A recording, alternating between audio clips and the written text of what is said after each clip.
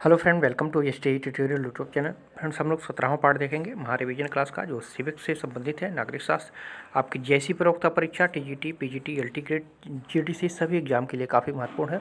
इसके पहले का पार्ट आप लोग प्ले लिस्ट में जाकर के देख सकते हैं, जो आपके एग्जाम के दृष्टि से ही सारे प्रश्न को रखे गए हैं। तो फ्रेंड्स, वीडियो को अंत तक जरूर देखिएगा, और वीडियो अच्छा लगे तो चैनल को सब्सक्राइब कर लीजिएगा, वीडियो को लाइक भी कीजिएगा, शेयर भी कीजिएगा। तो चलिए आज के पहला प्रश्न शुरू करते हैं। 91 नंबर क्वेश्चन है, अधिकारों का आदर्शवादी सिद्धांत मनुष्य के किस सिद्धांत पर बल देता है? तो ये नैतिक विकास पर बल देता है। ठीक है, जो आदर्शवादी सिद्धांत है, अधिकारों का जो आदर्शवादी सिद्धांत है, इसके अनुसार जो है ये बताता है कि अधिकारों का आधार जो है नैतिकता होती है। और यह सिद्धांत ये भी बताता है कि राज्य को उन्हीं अधिकारों को स्वीकार करना चाहिए जो कि नैतिक हैं और सामाजिक हित में वृद्धि करते हैं। व्यक्तियों की जो नैतिक शक्तियों के विकास के लिए जो बाह्य परिस्थितियां आवश्यक हैं, वही अधिकार हैं। और अधिकार जो है विवेकपूर्ण जीवन के विकास के लिए आवश्यक बाह्य परिस्थितियाँ हैं। ठीक है, और ग्रीन आदर्शवादी सिद्धांत का प्रमुख जो है समर्थक था। ठीक है, तो इस सिद्धांत का प्रमुख समर्थक भी ग्रीन था। ठीक है, तो यहाँ पे डी ऑप्शन आपका करेक्ट होगा। 92 नंबर क्वेश्चन है, प्रतिकारी न्याय सिद्धांत निम्न में से किस एक पर आधारित है? प्रतिकारी न्याय सिद्धांत किस पर आधारित है? तो ये अवरोधक दंड सिद्धांत पर आधारित है। ठीक है, अवरोधक दंड सिद्धांत पर आधारित है। प्रतिकारी न्याय सिद्धांत का सरोकार जो है लोगों के परस्पर लेन देन को जो है नियमित करने और अपराधों के दंड निर्धारित करने से होता है, और यह न्यायाधीश के विचार के क्षेत्र में आ जाता है। ठीक है, तो ये सिद्धांत अवरोधक दंड सिद्धांत पर आधारित है। तो यहाँ पे ए ऑप्शन आपका सही हो जाएगा। 93 नंबर क्वेश्चन है, फ्रांस उद्घोषणा मानव अधिकार 1789 आधारित था, तो किस पे ये आधारित था? तो अधिकारों के प्राकृतिक सिद्धांत पर आधारित था। ठीक है, अधिकारों के प्राकृतिक सिद्धांत पर आधारित था। सी ऑप्शन सही होगा। अधिकारों के प्राकृतिक अधिकार का सिद्धांत जो है 17वीं 18वीं शताब्दी में बहुत प्रचलित रहा। और फ्रांस जो उद्घोषणा मानव अधिकार जो 1789 जो था, वो अधिकारों के प्राकृतिक सिद्धांत पर आधारित था। तो यहाँ पे सी ऑप्शन आपका सही हो जाएगा। 94 नंबर प्रश्न है, न्याय सिद्धांत के संदर्भ में निम्न में से किसने भिन्नता सिद्धांत को प्रतिपादित किया? भिन्नता सिद्धांत को किसने प्रतिपादित किया? तो ये किया था जॉन रॉल्स ने। ठीक है, ए ऑप्शन आपका सही होगा। जॉन रॉल्स ने न्याय सिद्धांत के संदर्भ में भिन्नता सिद्धांत का प्रतिपादन किया था, और इस सिद्धांत के अनुसार जो है हीनतम स्थिति वाले लोगों को अधिकतम लाभ होगा। ठीक है, तो इस सिद्धांत के अंतर्गत ये बताया गया था। तो ए ऑप्शन सही हो जाएगा। 95 नंबर क्वेश्चन है, राजनीतिक विकास से अभिप्राय है। तो राजनीतिक विकास से क्या अभिप्राय होता है? तो राज्य के माध्यम से संपूर्ण समाज का विकास। ठीक है, राज्य के माध्यम से जो है संपूर्ण समाज का विकास ही राजनीतिक विकास का अभिप्राय होता है। राजनीतिक विकास से हमारा तात्पर्य यह है कि राज्य के माध्यम से संपूर्ण समाज के विकास से है, और राज्य पर समस्त नागरिकों के सामान्य हितों का दायित्व है, जबकि समुदाय जो है विशिष्ट उद्देश्य तथा प्रायः अपने सदस्यों के हितों के लिए ही बने होते हैं। ठीक है, तो यहाँ पे सी ऑप्शन सही हो जाएगा। 96 नंबर क्वेश्चन है, न्याय का निवारक सिद्धांत निम्न में से किस सिद्धांत पर आधारित है? निवारक सिद्धांत यहाँ पूछ लिया है। ठीक है, तो ये किस सिद्धांत पर आधारित है? तो ये है जैसे को तैसा। ठीक है, ए ऑप्शन आपका सही हो जाएगा। न्याय के निवारक सिद्धांत के अनुसार जो है अपराधी को दंड इसलिए दिया जाता है कि अन्य व्यक्ति उसकी दुर्दशा को देखकर अपराध करने से डरे। ठीक है, तो उसी कहा जाता है जैसे को तैसा। तो यहाँ पे ए ऑप्शन आपका करेक्ट हो जाएगा। 97 नंबर है, सैमुअल हंटिंग के अनुसार राजनीतिक पतन के लक्षण हैं। तो राजनीतिक पतन के कौन से लक्षण हैं सैमुअल हंटिंग के अनुसार? तो ये जटिलता है और सुसंगतता है। ठीक है, जटिलता और सुसंगतता। राजनीतिक पतन के बारे में जो है हंटिंगटन का कहना था कि किसी राजनीतिक व्यवस्था के संस्थानीकरण की परिभाषा उसकी अनुकूल युक्तता, जटिलता, स्वायत्तता तथा उसके संगठन एवं प्रक्रियाओं की सुसंगठितता द्वारा की जा सकती है, और इसी प्रकार किसी संगठन अथवा प्रक्रिया विशेष के स्थानांतरीकरण के स्तर को भी जो है अनुकूलता युक्त, जटिलता, स्वायत्तता तथा सुसंगतता द्वारा मापा जा सकता है। तो ठीक है, तो यहाँ पे ये ऑप्शन आपका करेक्ट हो जाएगा। 98 नंबर क्वेश्चन है, न्याय से अभिप्राय है कि? तो न्याय से क्या अभिप्राय है? किसी प्रकार का भेदभाव नहीं हो सकता। ठीक है, न्याय से यही अभिप्राय होता है। एक मेरियम लेखक थे, उनका कहना था कि न्याय उन मान्यताओं और प्रक्रियाओं का योग है जिनके माध्यम से प्रत्येक व्यक्ति को वे सुविधाएं और अधिकार जुटाए जाते हैं जिन्हें समाज उचित उचित समझता है। ठीक है, तो ए ऑप्शन आपका करेक्ट हो जाएगा। 99 नंबर प्रश्न है, लुसियन पाई ने राजनीतिक विकास की समानता, सामर्थ्य तथा विशेषीकरण दृष्टिकोण को अपनी किस प्रसिद्ध पुस्तक में प्रदर्शित किया है? तो ये किया है राजनीतिक संस्कृति तथा राजनीतिक विकास। ये उनकी पुस्तक थी, किसकी? लुसियन पाई की। ठीक है, ये लुसियन पाई की एक पुस्तक थी और इसमें उन्होंने राजनीतिक विकास की समानता, सामर्थ्य तथा विशिष्टीकरण दृष्टिकोण को जो है इसमें प्रदर्शित किया था। तो यहाँ पे आपका बी ऑप्शन करेक्ट हो जाएगा। 100 नंबर क्वेश्चन है, महात्मा गांधी की समाजवाद की धारणा अधिकतम निकट है, तो किससे निकट है? तो ये मार्क्सी समाजवाद से निकट है। ठीक है, ए ऑप्शन आपका सही हो जाएगा। महात्मा गांधी और मार्क्स दोनों ने आधुनिक युग में पीड़ित मानवता को अत्याचार का विरोध करके अपने अधिकारों के लिए लड़ने और समानता पर आधारित समाज की स्थापना करने की राह दिखाई थी। ठीक है, और इन दोनों ने यह आशा व्यक्त किया कि मानवीय विकास की उन्नत अवस्था में वर्गहीन और राज्यहीन समाज का उदय होगा। ठीक है, तो यहाँ पे ए ऑप्शन आपका करेक्ट हो जाएगा। 101 नंबर क्वेश्चन है, संप्रभुता राज्य की सर्वोपरि इच्छा है, यह किसने कहा था? तो ये कहा था बिलोबी ने। ठीक है, बिलोबी जो है संप्रभुता के एकलवादी सिद्धांत का समर्थन करते थे और एकलवादी संप्रभुता के अन्य प्रमुख प्रवर्तकों में देखा जाए तो ये हॉब्स और ऑस्टिन, ये सभी जो थे ये एकलवादी संप्रभुता के समर्थक थे। ठीक है, और संप्रभुता राज्य की सर्वोपरि इच्छा है, ये कहा था बिलोबी महोदय ने। ठीक है, तो ये ऑप्शन आपका करेक्ट हो जाएगा। 102 नंबर प्रश्न है, रूसो की सामान्य आकांक्षा से अभिप्राय है। तो सामान्य आकांक्षा से उसका क्या अभिप्राय था? उसका अभिप्राय था कि लोगों का सामूहिक कल्याण। ठीक है, डी ऑप्शन करेक्ट होगा। रूसो जो है लाख की भांति प्राकृतिक अधिकारों की बात नहीं करता है। रूसो की मान्यता है कि सामान्य इच्छा के विरुद्ध लोगों के कोई अधिकार नहीं हो सकते। रूसो जो है संप्रभु या कहा जाए सामान्य इच्छा हाब्स का लेवियाथन है जिसका सिर काट दिया गया है। ठीक है, तो यहाँ पे आपका डी ऑप्शन करेक्ट हो जाएगा। 103 नंबर प्रश्न है, प्लेटो न्याय के अनुसार। तो प्लेटो न्याय के अनुसार कैसा था? तो निरपेक्ष अवधारणा थी। प्लेटो का न्याय जो था वो निरपेक्ष अवधारणा से संबंधित थी। ठीक है, प्लेटो की न्याय संबंधी धारणा आधुनिक कानून धारणा से भिन्न है। आधुनिक युग में जो है न्याय शासन का अभिप्राय राज्य में शांति और सुव्यवस्था बनाए रखने से है। और प्लेटो ने न्याय की परिभाषा रिपब्लिक में जो दी थी, उन्होंने कहा था प्लेटो ने एक व्यक्ति एक कार्य अर्थात कार्यगत विशेषीकरण के सिद्धांत का प्रतिपादन किया है। ठीक है, तो यहाँ पे निरपेक्ष अवधारणा जो है प्लेटो के न्याय के अनुसार माना जाता था। ठीक है, तो बी ऑप्शन आपका करेक्ट होगा। 104 नंबर प्रश्न है, भारत में कानून के प्रशासन से निम्न में से किसको अपवाद है?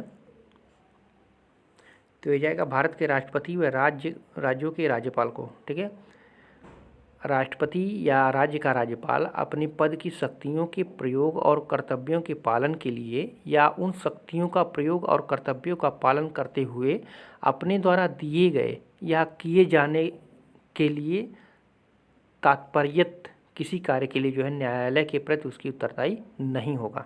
ठीक है, तो यहाँ पे ए ऑप्शन आपका करेक्ट हो जाएगा। पूछा है भारत में कानून के प्रशासन से निम्न में से किसको अपवाद माना जाता है? तो ये भारत के राष्ट्रपति को और राज्य के राज्यपाल को इसमें अपवाद के रूप में देखा जाता है। ठीक है, तो ए ऑप्शन आपका करेक्ट हो जाएगा।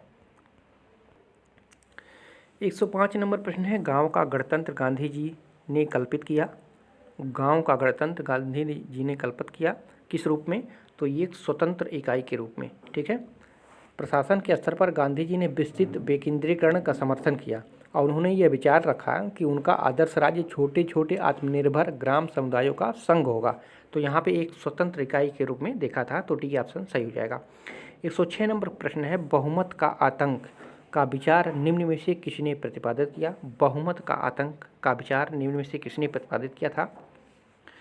तो ये प्रतिपादित किया था जे.एस. मिल ने। ठीक है, जे.एस. मिल ने जो है जनतंत्र को बहुसंख्यकों का अत्याचारी शासन कहा था। ठीक है, तो इसको उसी को जो है बहुमत का आतंक भी कहा जाता है। तो ये जे.एस. मिल द्वारा प्रतिपादित किया गया था, तो डी ऑप्शन करेक्ट हो जाएगा। 107 नंबर प्रश्न है, भारत में प्रशासकीय कानून को कानूनी ढांचे की अलग शाखा के रूप में जो है मान्यता मिली, तो किस सदी में मिली थी ये? तो ये मिली थी 20वीं सदी के अंतिम वर्षों में। ठीक है, 20वीं सदी के अंतिम वर्षों में सर्वप्रथम प्रशासनिक कानून को एक शाखा जो है फ्रांस में माना गया। उसके बाद जो है अन्य जगहों पर भारत में अनुच्छेद 323 के ए के तहत जो है प्रशासनिक ट्रिब्यूनल गठन करने का अधिकार है। ठीक है, तो ये हुआ था आपका 20वीं सदी के अंतिम वर्षों में। ठीक है, तो यहाँ पे डी ऑप्शन आपका करेक्ट हो जाएगा। 108 नंबर प्रश्न है, ए बी डायसी ने कानून के शासन का सिद्धांत अपनी निम्न में से किस पुस्तक में प्रतिपादित किया है? किस पुस्तक में प्रतिपादित किया है? तो ये किया है संविधान के कानून के अध्ययन की भूमिका। ठीक है, संविधान के कानून के अध्ययन की भूमिका, ये उनकी पुस्तक है किसी ए बी डायसी की। ठीक है, विख्यात विशिष्ट न्यायवेत्ता थे ये ए बी डायसी, और ए बी डायसी ने उनकी एक विख्यात कृति थी introduction to the study of the law of the constitution, यानी संविधान के कानून के अध्ययन की भूमिका। ठीक है, इसको इंग्लिश में उन्होंने कहा, इंग्लिश में भी ये नाम पूछा जाता है, introduction to the study of the law of the constitution, और इसी को हिंदी में ये कहा गया संविधान के कानून के अध्ययन की भूमिका। और ये प्रकाशित हुई थी 1885 ईस्वी में, और इसके अंतर्गत जो है इंग्लैंड के संविधान को विधि के शासन की संज्ञा दी है, परंतु आगे चलकर यह संवैधानिक शासन का प्रमाण बन गया था। ठीक है, तो यहाँ पे बी ऑप्शन आपका करेक्ट हो जाएगा। 109 नंबर क्वेश्चन है, संघीय प्रणाली में एक स्वतंत्र न्यायपालिका का होना अनिवार्य है। क्यों अनिवार्य है? केंद्रीय और राज्यों के परस्पर झगड़ों के निपटारे के लिए। ठीक है, संघीय प्रणाली में एक स्वतंत्र न्यायपालिका का होना अनिवार्य है। तो किस लिए? इसलिए अनिवार्य है क्योंकि केंद्र और राज्य के परस्पर झगड़ों के निपटारे के लिए जो है एक स्वतंत्र न्यायपालिका का होना अनिवार्य है। ठीक है, सर्वोच्च न्यायालय संघ और राज्य सरकारों के बीच उठने वाले विवादों का निर्णय करता है। कौन करता है? तो सर्वोच्च न्यायालय करता है, और इसका अधिकार क्षेत्र सामान्यतः होता है संविधान की सर्वोच्चता की रक्षा करना, केंद्र एवं राज्यों के पुनरावलोकन, अर्थात यह निश्चित करना कि वे कानून संविधान के अनुकूल है या नहीं। ठीक है, अतः संघ के निर्माण की एक मौलिक आवश्यकता स्वतंत्र एवं सर्वोच्च न्यायालय की स्थापना है, और जिसके अभाव में जो है संविधान का संरक्षण संभव नहीं हो सकता। ठीक है, तो यहाँ पे सी ऑप्शन आपका करेक्ट हो जाएगा। 110 नंबर प्रश्न, यदि सरकार निरंतर रूप से लोकमत का निषेध करती है तो क्या होगा? लोग सरकार के विरुद्ध जो है विद्रोह करेंगे। ठीक है, यदि सरकार जो है निरंतर रूप से लोकमत का निषेध करती है तो लोग सरकार के विरुद्ध विद्रोह करेंगे, तो बी ऑप्शन आपका सही हो जाएगा। 111 नंबर प्रश्न है, प्रेस लोकमत का बहुत प्रभावशाली साधन बन सकता है यदि यह स्वतंत्र एवं निष्पक्ष है। ठीक है, यदि यह स्वतंत्र एवं निष्पक्ष है तो प्रेस जो है लोकमत का बहुत प्रभावशाली साधन बन सकता है। लोगों की स्वतंत्रता की रक्षा के लिए जो है स्वतंत्र प्रेस का भी विशेष महत्व है। लास्की कहता है कि वे लोग जिनके पास विश्वसनीय समाचार उपलब्ध नहीं है उनकी स्वतंत्रता का आधार शीघ्र ही समाप्त हो जाएगा। ऐसा कहा था किसने? लास्की ने। ठीक है, तो यहाँ पे भी ऑप्शन आपका करेक्ट हो जाएगा। 112 नंबर प्रश्न है, समानुपातिक प्रतिनिधित्व प्राविधि विश्वस्त करती है। तो किसको विश्वस्त करती है? अल्पसंख्यकों का उपयुक्त प्रतिनिधित्व। ठीक है, तो यहाँ पे ए ऑप्शन आपका सही होगा। ये जो समानुपातिक प्रतिनिधित्व प्राविधि है, यह प्रणाली जो है अल्पसंख्यकों को प्रतिनिधित्व देने की पद्धति में जो है सबसे अच्छी मानी जाती है। यह सभी वर्गों को उनकी संख्या के अनुपात में राष्ट्रीय विधानमंडल में जो है प्रतिनिधित्व दिलाने का एक अच्छा प्रयास है। और इस प्रणाली का जन्मदाता जो है एक अंग्रेज विद्वान था, आप लोग जानते होंगे, टॉमस हेयर। ठीक है, टॉमस हेयर, और इसको जो है हेयर प्रणाली के नाम से भी जाना जाता है। ठीक है, और इसलिए इसे जो है हेयर प्रणाली भी कहा गया है। तो यहाँ पे ए ऑप्शन आपका करेक्ट हो जाएगा। 113 नंबर प्रश्न है, सामुदायिक दबाव गुटों का मुख्य कार्य है। तो सामुदायिक दबाव गुटों का मुख्य कार्य क्या है? तो यह है मांगों का समूचीकरण। ठीक है, मांगों का समूचीकरण, सी ऑप्शन करेक्ट होगा। एक माइनर विनर थे, उन्होंने लिखा था कि दबाव समूह अथवा हित समूह से हमारा तात्पर्य ऐसे किसी ऐच्छिक रूप से संगठित समूह से होता है जो सरकार के संगठन से बाहर रहकर सरकारी अधिकारियों की नियुक्ति, सरकारी नीति, इसके प्रशासन और इसके निर्णय को प्रभावित करने का प्रयत्न करता है। वही सामुदायिक दबाव गुटों का मुख्य रूप है। ठीक है, तो इसका कार्य है जो है मांगों का समुचीकरण। तो यहाँ पे सी ऑप्शन करेक्ट हो जाएगा। 114 नंबर प्रश्न है नौकरशाही है। तो नौकरशाही क्या है? मध्यकालीन सामंतीय प्रणाली की पैदावार है। ठीक है, मध्यकालीन सामंतीय प्रणाली का पैदावार है। ठीक है, फिफनर महोदय ने कहा था नौकरशाही जो है व्यक्तियों व कार्यों का एक ऐसा क्रमबद्ध संगठन है जिसकी रचना इस दृष्टि से की जाती है कि सामूहिक प्रयत्न के उद्देश्यों को सबसे अधिक प्रभावकारी रीति से प्राप्त किया जा सके। ठीक है, तो यहाँ पे सी ऑप्शन आपका करेक्ट हो जाएगा। 115 नंबर प्रश्न है वर्तमान में नौकरशाही का महत्व बहुत बड़ा है। क्यों बढ़ा है? क्योंकि कल्याणकारी राज्य के उद्भव के कारण। ठीक है, कल्याणकारी राज्य के उद्भव के कारण जो है नौकरशाही का महत्व बहुत बढ़ गया है। राज्यों के आकार बढ़ जाने से नौकरशाही का उदय हुआ, क्योंकि कारण यह है कि ऐसे राज्यों में जो है सरकार की कार्यपालिका शाखा की प्रशासकीय शाखा की महत्ता बढ़ जाती है। तो यहाँ पे बी ऑप्शन आपका सही हो जाएगा। 116 नंबर प्रश्न है इंग्लैंड में पुरुषों के समान स्त्रियों को मतदान का अधिकार मिला। इंग्लैंड में जो है पुरुषों के समान स्त्रियों को मतदान का अधिकार कब मिला?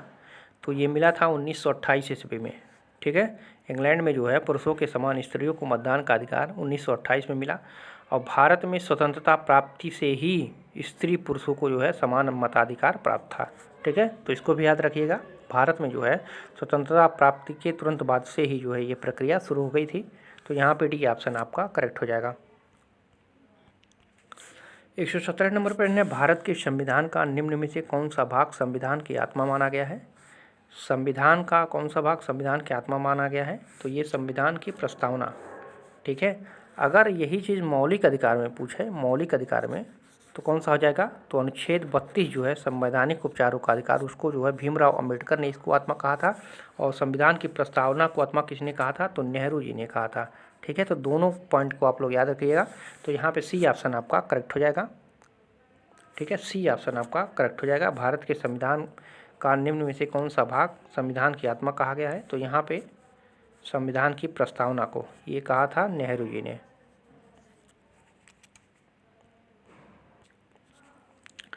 118 नंबर प्रश्न है भारत में प्रेस को आज़ादी प्रदान की गई, तो किस रूप में प्रदान की गई थी? तो ये विचारों की अभिव्यक्ति की स्वतंत्रता के अधिकार में निहित है। ठीक है, तो हमारे संविधान में जो है प्रेस की स्वतंत्रता की जो प्रत्याभूत देने के लिए कोई विनिर्दिष्ट उपबंध नहीं है, क्योंकि प्रेस की स्वतंत्रता जो है किस में है? तो 19 के 1 के क में, ठीक है, में इसको रखा गया है। अभिव्यक्ति की व्यापक स्वतंत्रता में सम्मिलित है। ठीक है, तो यहाँ पे भारत में प्रेस को आज़ादी प्रदान की गई है, विचारों की अभिव्यक्ति की स्वतंत्रता के अधिकार में इसको निहित किया गया है। ठीक है, तो संविधान के विशेष रूप में होगा नहीं, संसद के कानूनों के अंतर्गत इसका कोई वर्णन है नहीं, प्रशासकीय आदेशों के अंतर्गत ये रखा नहीं गया है। ठीक है, तो यहाँ पे भी ऑप्शन आपका करेक्ट हो जाएगा। 119 नंबर प्रश्न है भारत की पूर्वी अवलोकन नीति का साक्ष्य है। भारत की पूर्वी अवलोकन नीति का क्या साक्ष्य है? तो ये है आसियान देशों के साथ जो है घनिष्ठ संबंधों के लिए, ये मशहूर है। ठीक है, आसियान देशों के साथ जो है घनिष्ठ संबंधों के लिए जो है पूर्वी अवलोकन नीति का एक लक्ष्य है। ठीक है, पूर्व नीति का शुभारंभ जो है किसके काल में हुआ था? तो ये नरसिम्हा राव के द्वारा किया गया था, क्योंकि सोवियत संघ के विघटन के पश्चात भारत की निर्यात की स्थिति खराब हो गई थी। इसके परिणाम स्वरूप क्या हुआ? 1991 में नई आर्थिक नीति एवं विश्व बैंक एवं अंतर्राष्ट्रीय मुद्रा कोष के दबाव के कारण जो है उसे अपनी अर्थव्यवस्था को जो है बाजारोन्मुख बनाना पड़ा। इसलिए जो है भारत को बाध्य होकर, ठीक है, सिंगल बास्केट पॉलिसी के स्थान पर जो है मल्टीपल बास्केट पॉलिसी को अपनाना पड़ा था। ठीक है, तो यहाँ पे सी ऑप्शन करेक्ट हो जाएगा। 120 नंबर प्रश्न है निम्न में से कौन सा एक व्यापारिक संगठन विकसित एवं विकासशील देशों को प्रतिनिधित्व देता है?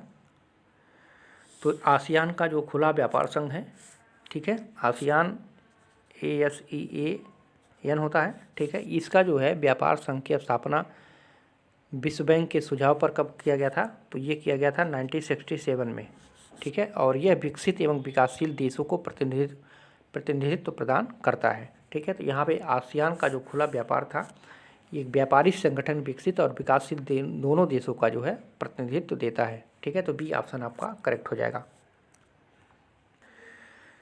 121 नंबर प्रश्न है, मैस्ट्रिक्ट संधि से रूपांतरित कर दिया। मैस्ट्रिक्ट संधि से रूपांतरित कर दिया किसको? तो ये यूरोपीय समुदाय को जो है यूरोपीय संघ में, ठीक है, यूरोपीय समुदाय को यूरोपीय संघ में इसको रूपांतरित कर दिया था। यूरोपीय समुदाय के नेताओं ने जो है 11 दिसंबर, ठीक है, 11 दिसंबर 1991 को मैस्ट्रिक्ट, इसको जो है क्या कहते हैं, मैस्ट्रिक्ट को नीदरलैंड, ठीक है, इसको नीदरलैंड भी कह सकते हैं, नीदरलैंड, ठीक है। तो मैस्ट्रिक्ट में एक ऐतिहासिक, राजनीतिक एवं मौद्रिक एकता संधि पर हस्ताक्षर किए, ठीक है, जो 12 यूरोपीय देशों के 32 करोड़ लोगों को एक आर्थिक, राजनीतिक एवं सैन्य ब्लॉक में जो है एकत्रित करने तथा अंतर्राष्ट्रीय संबंधों में जो है अधिक दृढ़ एवं संयुक्त आवाज़ देने में जो है सक्षम एक संपूर्ण रूपरेखा की तैयारी की गई थी इसमें, ठीक है। और ये जो है रूपांतरित होकर के जो है यूरोपीय समुदाय को जो है यूरोपीय संघ में रूपांतरित कर दिया गया था, ठीक है। तो यहाँ पे इसको नीदरलैंड संधि भी कहीं कहीं भी पूछ देता है, कहीं कहीं मैस्ट्रिक्ट संधि भी पूछता है, तो दोनों का नाम सेम है, ठीक है। तो यहाँ पे सी ऑप्शन करेक्ट हो जाएगा। 122 नंबर प्रश्न है, नव लोक प्रशासन के बारे में कौन सा सही नहीं है? यहाँ पे नहीं पूछा है, प्रश्न को ध्यान दीजिएगा। तो यह जातिगत के बजाय लोक उन्मुख ज़्यादा है, तो ये तो सही है। यह विवरणात्मक के बजाय विश्लेषणात्मक ज़्यादा है, तो यही आपका गलत हो जाएगा, ठीक है। यहाँ पे बी ऑप्शन आपका सही हो जाएगा। नवीन लोक प्रशासन जो है लोक प्रशासन की मूल्ययुक्त व्याख्या को जो है अस्वीकृत करता है, अस्वीकार कर देता है। यह संगठन के बारे में जो है यांत्रिकता का विरोधी है। यह मानवीय संबंधों तथा प्रशासन एवं सामाजिक जो है परिवर्तनों के बारे में नए रचनात्मक दृष्टिकोण पर जो है विशेष बल देता है, तो ठीक है। तो यहाँ पे यही गलत हो जा रहा है आपका बी नंबर, ठीक है। और यह संस्थान उन्मुख होने के बजाय ग्राहक उन्मुख ज़्यादा है, सही है। यह तटस्थ होने की तुलना में जो है मूल्य 12 क्रांत ज़्यादा है, ठीक है। तो ये भी आपका सही हो जाएगा। तो यहाँ पे सही नहीं पूछा है, तो बी ऑप्शन सही हो जाएगा। 123 नंबर प्रश्न है, फैयोल के अनुसार प्रशासन अथवा प्रबंधक में 6 प्रकार की योग्यताएं होनी चाहिए। निम्नांकित में से कौन सी उनके द्वारा बताई गई योग्यताओं में से नहीं है? नहीं पूछ रहा है, तो प्रकटन यही नहीं है आपका, ठीक है। जो फैयोल ने प्रशासन अथवा प्रबंधक के 6 प्रकार की योग्यता बताई थी, उसमें पहला था शारीरिक, ठीक है, पहला था शारीरिक, दूसरा था मानसिक, ठीक है, दूसरा था मानसिक, तीसरा था आपका नैतिक, ठीक है, चौथा था इसमें सामान्य शिक्षा, ठीक है, सामान्य शिक्षा, पांचवा था आपका विशेष ज्ञान, ठीक है, विशेष ज्ञान, और छठवां आपका था अनुभव, ठीक है, छठवां था अनुभव, ठीक है। तो इसमें से प्रकटन नहीं था। तकनीकी ज्ञान या तो कहा जाए जो विशेष ज्ञान से संबंधित था, ठीक है। एकाडमिक क्वालिफिकेशन जो था वो सामान्य शिक्षा से यानी सामान्य शिक्षा से संबंधित था, ठीक है। और व्यवहार कुशलता किससे होता है? मानसिक रूप से होता है या शारीरिक रूप से हो सकता है, ठीक है। तो इसका ये तथ्य दे दिया है, ठीक है। तो मुख्य रूप से ये 6 थे, शारीरिक, मानसिक, नैतिक, सामान्य शिक्षा, विशेष ज्ञान और अनुभव। यही फैयोल के अनुसार जो है प्रशासन अथवा प्रबंधक की 6 योग्यताएं होनी चाहिए, यही उन्होंने बताया था। 124 नंबर प्रश्न है, निम्नांकित में से कौन प्रकारात्मक फोरमैन जो नियोजन कक्ष में बैठते हैं जैसा कि FW टेलर ने बताया है वह नहीं है? तो स्पीड बॉस, ठीक है, स्पीड बॉस ये नहीं होते हैं, ठीक है। टेलर के अनुसार जो है वैज्ञानिक प्रबंधनवाद एक पूर्ण मानसिक क्रांति है जिसमें जो है श्रमिक अपने कार्य, अपने सहयोगियों तथा अपने नियोजकों के प्रति पूर्ण तत्परतापूर्वक अपने कर्तव्यों का पालन करते हैं। इसी तरह प्रबंधक जो होते हैं वो फोरमैन, अधीक्षक, मालिक, ठीक है, निदेशक मंडल आदि अपने सहयोगियों तथा अपने नियोजकों के प्रति जो है अपने दायित्वों का पूर्ण क्षमता के साथ वहन करते हैं। ठीक है, तो यहाँ पे प्रकार्यात्मक फोरमैन जो नियोजक कक्ष में बैठते हैं, जैसा कि अब टेलर ने बताया था, वो नहीं था, स्पीड बास नहीं था उसमें। ठीक है, क्लर्क था, अनुदेशन कार्ड क्लर्क था, साफ अनुशासक था।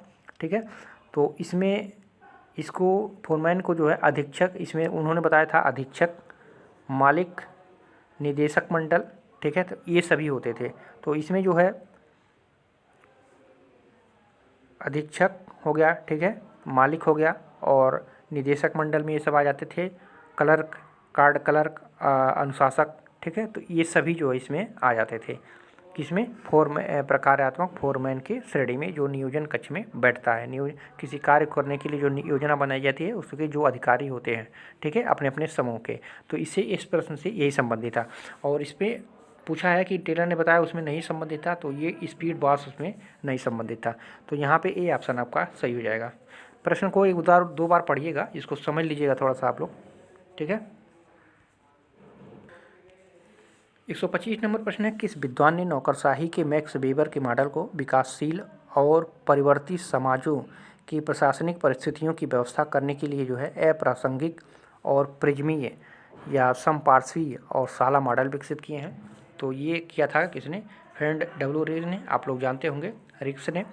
तो फ्रेंड रिक्स ने जो है नौकरशाही के मैक्स वेबर के मॉडल को विकासशील और परिवर्ती समाजों की प्रशासनिक परिस्थिति की व्यवस्था करने के लिए जो है अप्रासंगिक और प्रिज्मीय और साला मॉडल जो है विकसित किए थे। ठीक है, तो यहाँ पे सी ऑप्शन आपका करेक्ट हो जाएगा। तो फ्रेंड्स, ये रहे महत्वपूर्ण प्रश्न। कैसा लगा वीडियो कमेंट कीजिएगा, लाइक भी कीजिए, शेयर भी कीजिएगा। और जो लोग नए व्यूअर हैं, अगर चैनल को सब्सक्राइब नहीं किए हैं तो चैनल को सब्सक्राइब कर लीजिएगा।